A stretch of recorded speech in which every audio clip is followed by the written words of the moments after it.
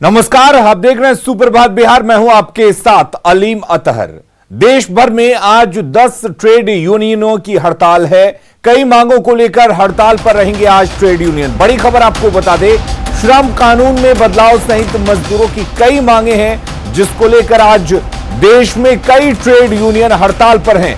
हड़ताल में 25 करोड़ कर्मचारियों के भाग लेने का दावा किया जा रहा है।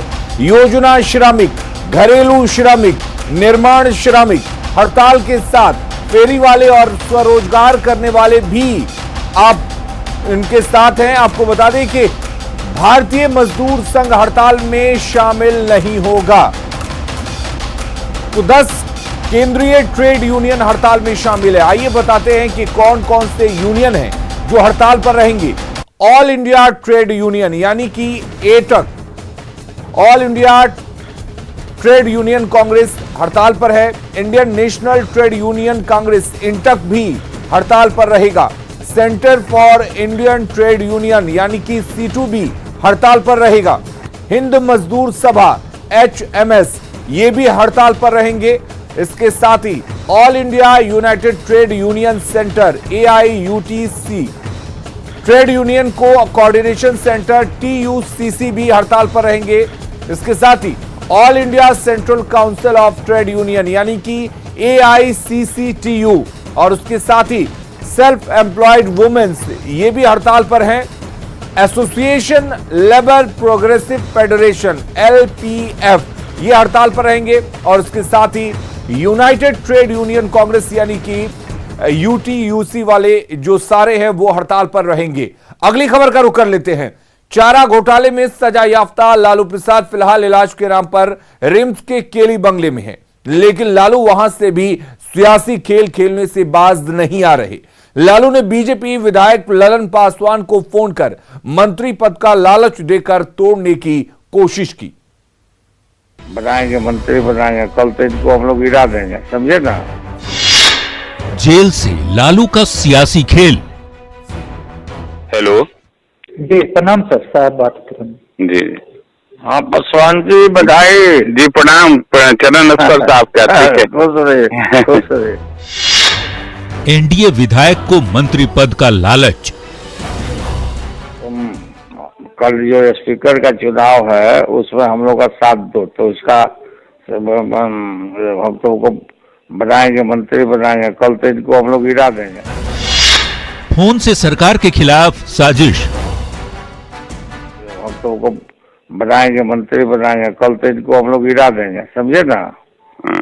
हाँ तो चुनाव बिहार विधानसभा अध्यक्ष का होना था, वोटिंग बिहार विधानसभा में होनी थी, लेकिन सियासी खेल पटना से 350 किलोमीटर दूर झारखंड की राजधानी रांची से खेला जा रहा था और खेल खेल रहे थे रांची के रिम्स स्थित केली बंगले में इलाज के नाम पर सजा काट रहे लालू प्रसाद।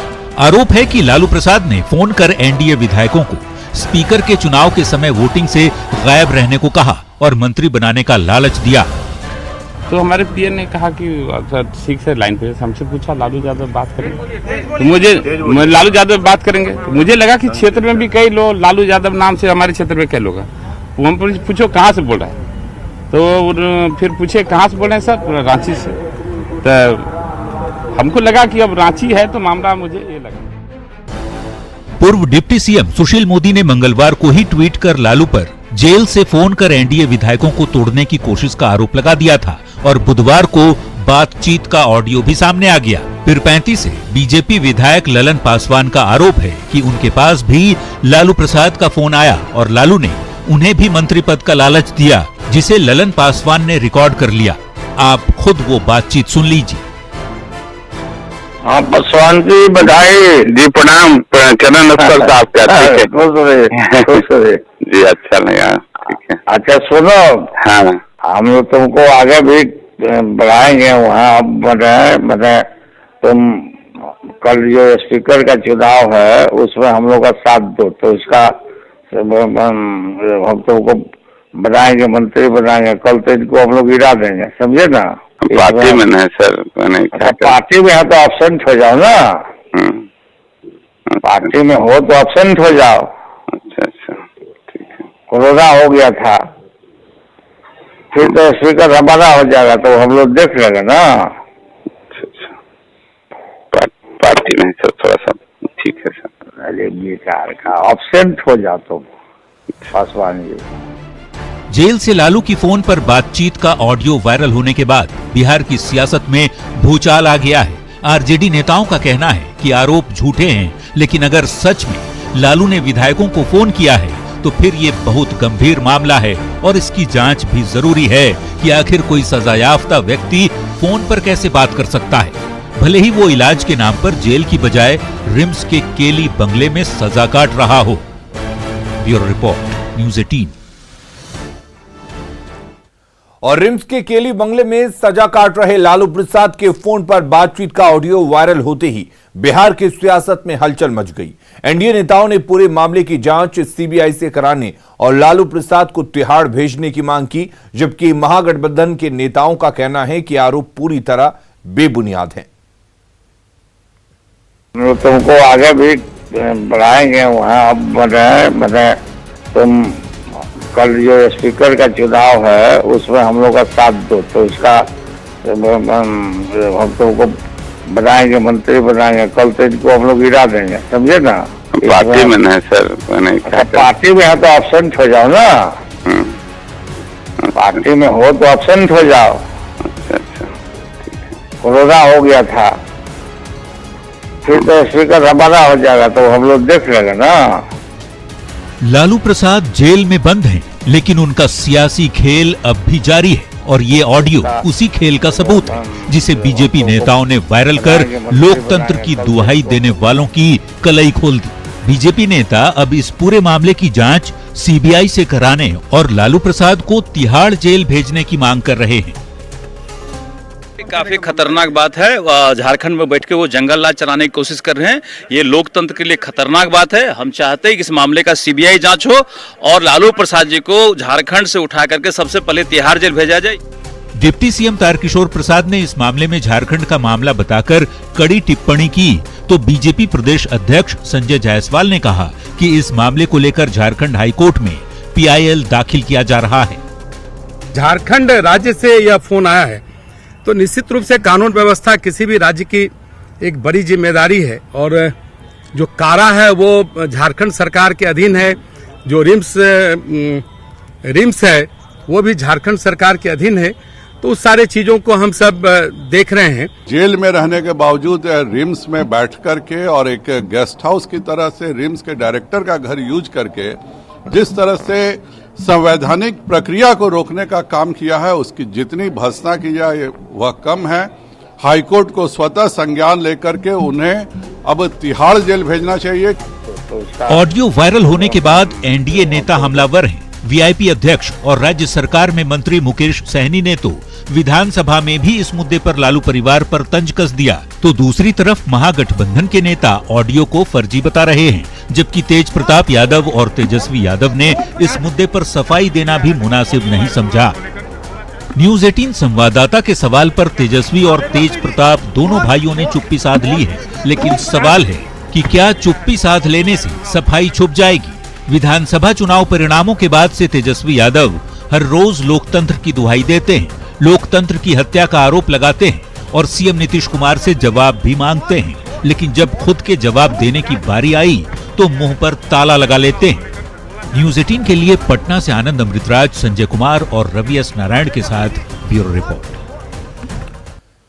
और 17वीं बिहार विधानसभा को नया स्पीकर मिल गया है। विधानसभा के नए अध्यक्ष एनडीए उम्मीदवार और बीजेपी विधायक विजय सिन्हा बने हैं। हालांकि स्पीकर के चुनाव से पहले लालू यादव की कुटिल चाल भी काम न आई और सत्ता पक्ष ने विरोधी उम्मीदवार पर आसान जीत दर्ज कर ली। विजय सिन्हा के समर्थन में 126 और विरोध में 114 मत पड़े। एक बेहतर बिहार बनाने के लिए नियमावली के अनुसार हम लोग कार्य करेंगे।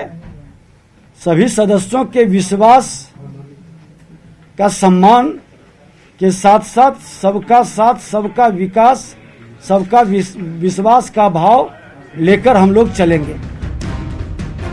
ये संकल्प है बिहार के नए विधानसभा अध्यक्ष विजय सिन्हा का। सदन में भारी हो हंगामे के बाद आखिरकार स्पीकर पद की कुर्सी पर एनडीए उम्मीदवार और बीजेपी के विधायक विजय सिन्हा ने आसान जीत दर्ज कर ली। महागठबंधन की ओर से अवध बिहारी को उम्मीदवार बनाया गया था, लेकिन विजय सिन्हा के समर्थन में 126 जबकि विरोध में 114 मत ही पड़े और इस तरह एनडीए की शानदार जीत दर्ज हुई। जीत की घोषणा के साथ ही मुख्यमंत्री नीतीश कुमार और नेता प्रतिपक्ष तेजस्वी यादव ने विजय सिन्हा को सदन के आसन तक लेकर गए। कुर्सी पर बैठते ही नए स्पीकर ने सभी विधायकों को धन्यवाद देते हुए सदन के प्रति आभार जताया। आप सभी ने पावन पीठ तक मुझे पहुंचाने के लिए आप सबों का हृदय से मैं आभार व्यक्त करता हूं। मैं माननीय मुख्यमंत्री, माननीय उप मुख्यमंत्री, सभी दलों के नेतागण एवं सभी संपूर्ण सदन के प्रति आभार व्यक्त करता हूं। वैसे एनडीए को लोजपा के एकमात्र विधायक का भी समर्थन मिला। जीतन राम मांझी ने प्रोटेम स्पीकर होने की वजह से वोट नहीं दिया, जबकि बसपा के 2 विधायक गैर हाजिर रहे। मुख्यमंत्री नीतीश कुमार और डिप्टी सीएम तारकिशोर प्रसाद ने स्पीकर चुने जाने के बाद विजय सिन्हा को सदन में बधाई दी। मैं आपको अध्यक्ष पद के निर्वाचन के लिए बधाई देता हूं और सदन के सभी माननीय सदस्यों को विशेष तौर पर बधाई देता हूं। आपको बधाई देता हुआ कि यह जो आगामी 5 वर्ष है, यह 5 वर्ष कहीं न कहीं एक बेहतर सदन की कार्यवाही के रूप में जाना जाए।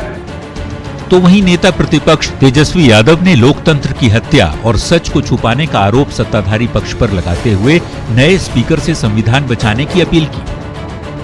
हम सब लोग पूरे विपक्ष के तरफ से, अपने राघोपुर की तरफ से हम आपको ढेर शुभकामनाएं देते हैं और उम्मीद करते हैं कि आप जो है संविधान, लोकतंत्र, हमारी जो विधानसभा की नियमावली है, जो देश का संविधान है, उसकी आप रक्षा करेंगे।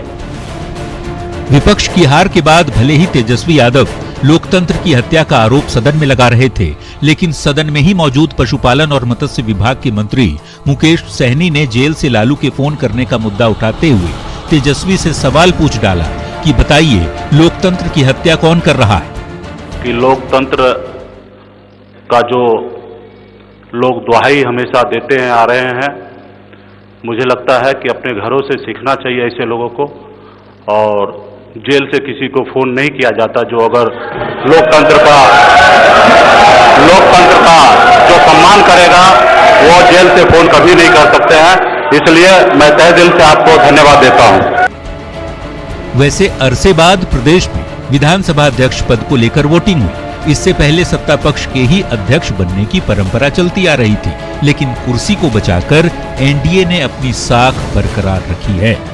न्यूज़ 18 के लिए पटना से संजय कुमार के साथ ब्यूरो रिपोर्ट। अगली खबर का रुख करते हैं। वैशाली के भगवानपुर में सांस्कृतिक कार्यक्रम के नाम पर जमकर ठुमके लगाए गए।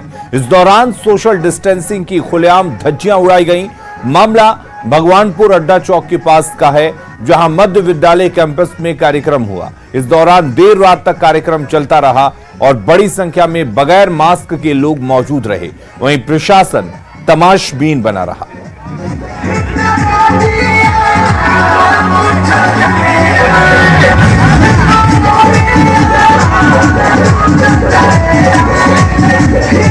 सांस्कृतिक कार्यक्रम के नाम पर किस तरीके से अश्लीलता परोसी गई, तस्वीरों में आप देख सकते हैं। और वहीं कोरोना काल में सोशल डिस्टेंसिंग की जमकर धज्जियां उड़ाई गई। किसी के चेहरे पर मास्क नहीं दिखा।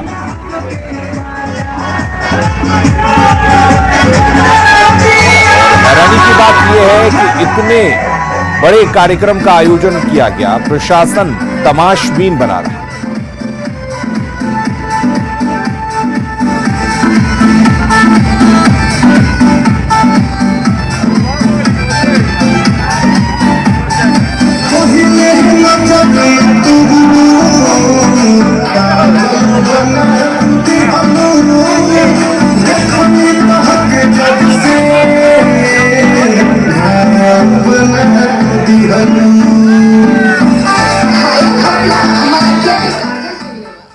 और बेतिया में उस समय अफरा तफरी मच गई जब कुछ युवक पुलिसकर्मी से हाथापाई करने लगे। घटना सुआ बाबू चौक के पास की है। दोनों युवकों को एक पिकअप वैन से ठोकर लगी थी और वे ड्राइवर की पिटाई कर रहे थे।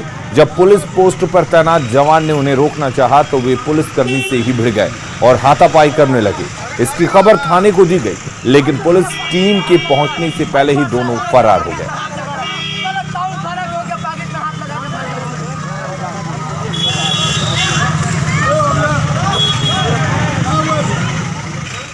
महाराष्ट्र के औरंगाबाद में एक वर्ल्ड टॉयलेट कॉलेज है।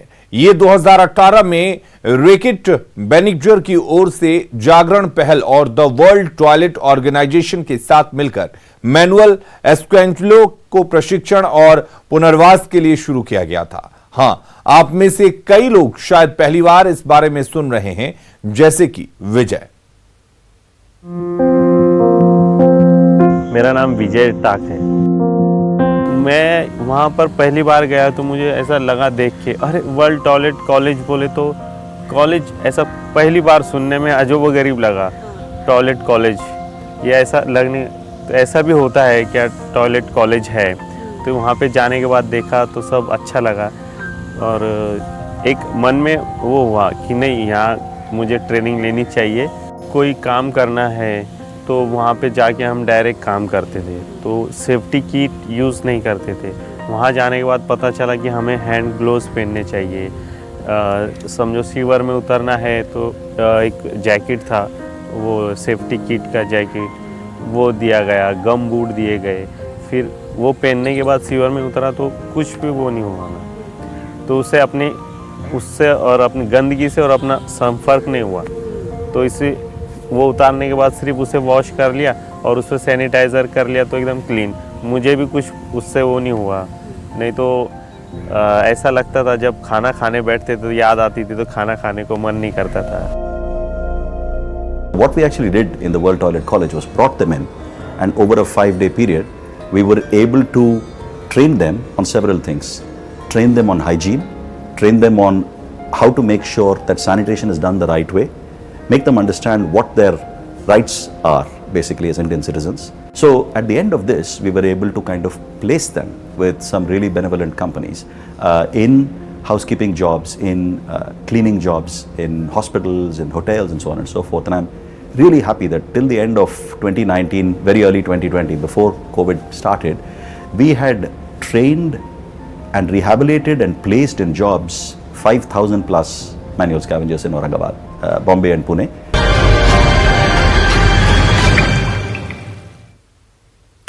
नेशनल मिल्क डे के अवसर पर हम भारत के मिल्कमैन डॉक्टर कुरियन को अपनी श्रद्धांजलि अर्पित करते हैं। 1949 में आनंद आने पर वर्गीस कुरियन 28 साल के थे और जल्द ही सहकारिता को विकसित करने में मदद करने के लिए कड़ी मेहनत कर रहे थे। उनके लिए डेयरी मालिक दुग्ध व्यवसाय के असली हकदार थे और बफेलो के प्रभुत्व वाले देश में कुरियन ने दूध उद्योग में क्रांति ला दी जब उन्होंने बफेलो के दूध से दूध पाउडर का उत्पादन किया। 1955 तक एशिया की सबसे बड़ी डेयरी के स्वामित्व वाली सहकारी कंपनी एक दिन में 20,000 लीटर से अधिक दूध का उत्पादन कर रही थी। यह समय था कि वे स्वयं का नाम रखें। कुरियन ने जल्द ही पूरे भारत में आनंद मॉडल को ऑपरेशन फ्लड के रूप में दोहराया, जिससे भारत दुनिया का सबसे बड़ा दूध उत्पादक देश बन गया। आज देश भर में 10 मिलियन किसानों की 200 डेयरियों में हर दिन 20 मिलियन लीटर से अधिक दूध का उत्पादन होता है।